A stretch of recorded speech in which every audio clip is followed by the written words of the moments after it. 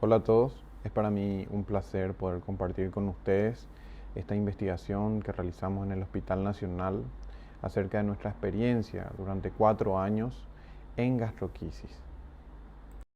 La gastroquisis es el defecto congénito más común de la pared abdominal anterior. Es un defecto parietal total que se caracteriza por no contener saco o membrana cubriendo las vísceras, ¿verdad? Lo cual significa que estas vísceras están en contacto con el líquido amniótico durante toda la gestación. El contenido herniado suele ser intestino, estómago y en algunas otras ocasiones gónadas. Ocasionalmente existe la posibilidad de encontrar hígado, vejiga, lo cual es un factor predictor de mal pronóstico. Los pacientes con gastroquisis pueden asociar otras malformaciones, como por ejemplo las atresias intestinales, los vólvulos, las necrosis. Cuando ocurre esto es cuando hablamos de las gastroquisis complicadas. Cuando no, hablamos de las gastroquisis simples. Se mencionan múltiples factores en la bibliografía que hablan del riesgo de contraer este defecto, pero aún no está dilucidado del todo. Una de las teorías habla de que un factor de riesgo bastante importante es la edad materna, los embarazos adolescentes, el bajo nivel socioeconómico y el consumo de drogas ilícitas. El contenido herniado suele ser por lo general intestino, estómago y en ocasiones alguna gónada. Menos frecuentemente, pero puede aparecer hígado y vejiga, lo cual habla de un factor pronóstico muy malo. Ocasionalmente puede existir un puente de piel entre el defecto y el ombligo, pero los músculos abdominales por lo general son normales. Los pacientes con gastroquisis pueden asociar otras malformaciones, como por ejemplo las atresias intestinales únicas o múltiples, y es ahí cuando hablamos nosotros de una gastroquisis complicada. Cuando no presenta esto, hablamos de una gastroquisis simple.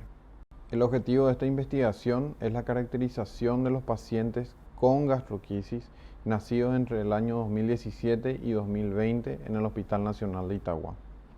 Para ello se realizó un estudio descriptivo, retrospectivo, observacional, basado en historias clínicas de pacientes con diagnóstico de gastroquisis nacidos en nuestro hospital. Las variables observadas fueron la edad materna, los controles prenatales, la edad gestacional promedio, el tipo de nacimiento, el peso de los recién nacidos, la supervivencia, la estancia hospitalaria, el requerimiento de inotrópicos en la UCIM, la intervención quirúrgica, el promedio de asistencia respiratoria mecánica, la nutrición enteral y parenteral. Entre el año 2017 y 2020 tuvimos un total de 12.211 nacidos vivos, de los cuales 20 de ellos presentaron el diagnóstico de gastroquisis al nacimiento, presentando una prevalencia total de 0,16%. En cuanto a los datos maternos, encontramos que el 60% de estas madres provienen de Alto Paraná y Central. El resto se distribuye entre Itapúa, Caguazú, Paraguarí, Guairá y Cazapá. La edad promedio de las madres fue de 17,1 años, abarcando un rango de 14 a 20 años. En cuanto a los controles prenatales, encontramos que el 55% de los casos tiene 4 o más controles, el resto 3 o menos. El diagnóstico ecográfico se realizó en la mayoría de los casos en el segundo trimestre, abarcando un 70% de los mismos. En cuanto a los datos del parto, encontramos que el 100% fue por cesárea y que en el 55% se halló líquido meconial. 1 de 20 presentó posición pelviana y el resto cefálica. En cuanto a los datos de atención inmediata, hallamos que el 70% fue de sexo femenino, con un Apgar al primer minuto promedio de 7 más menos 2, al quinto minuto 8 más menos 2. Requirieron reanimación al nacer 4 de 20 casos, y de estos 3 sobrevivieron. Intubados al nacer 4 de 20, un promedio de peso de 2.431 gramos y una edad gestacional promedio de 37 semanas. 5 de los casos fueron recién nacidos de pretérmino. y recién nacidos con características de restricción de crecimiento intrauterino, 2 de 20.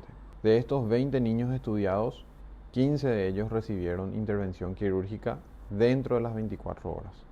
11 de ellos sobrevivieron. En 4 casos se realizó intervención diferida y en uno de los casos no se realizó ninguna intervención. En uno de los recién nacidos halló una atresia duodenal. Hablamos de un caso de gastroquisis complicada de 20 casos estudiados. Entre los datos de la unidad de cuidados intensivos neonatales encontramos que 8 de 20 recién nacidos requirió inotrópicos dentro de las primeras 24 horas.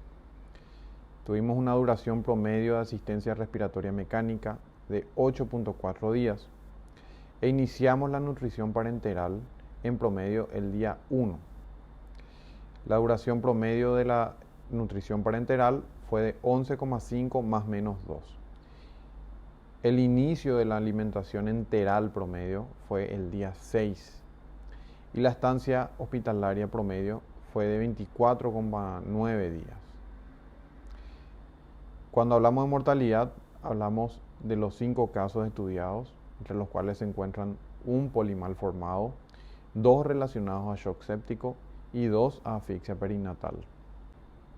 En conclusión, uno de los acontecimientos médicos más impactantes, sin duda, puede ser el hallazgo de defectos de la pared abdominal, en este caso la gastroquisis.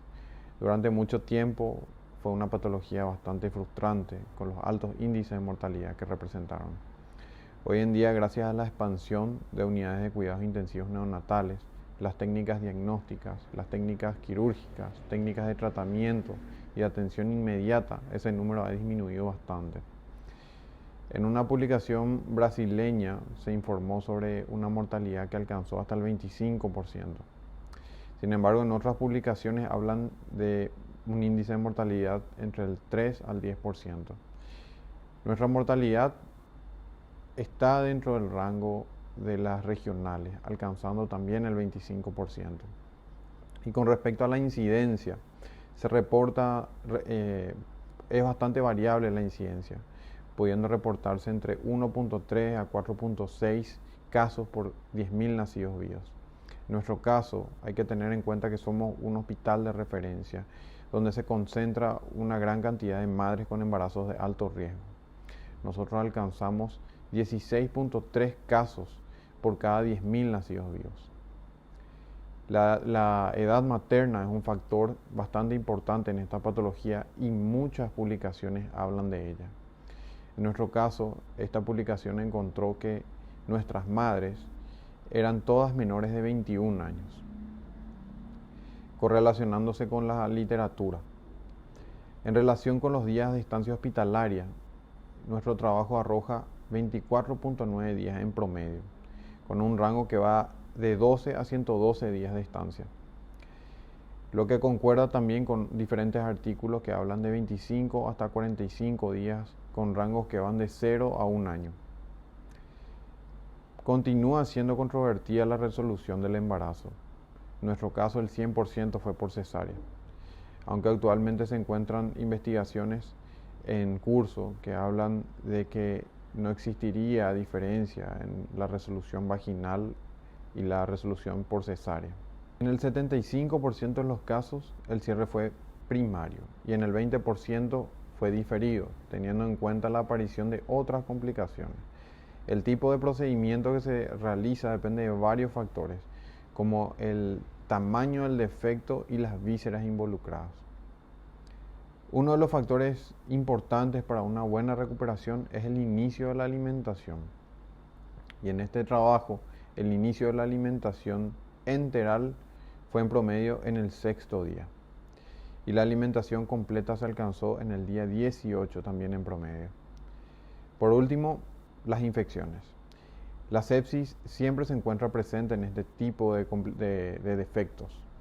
En este trabajo se halló que el 35% de los mismos presentó sepsis y en el 71% de estos casos se halló un germen en el hemocultivo. Es bastante importante hacer el seguimiento de estos casos para contribuir a dilucidar los factores de riesgo que conllevan a la aparición de estos defectos. Muchas gracias.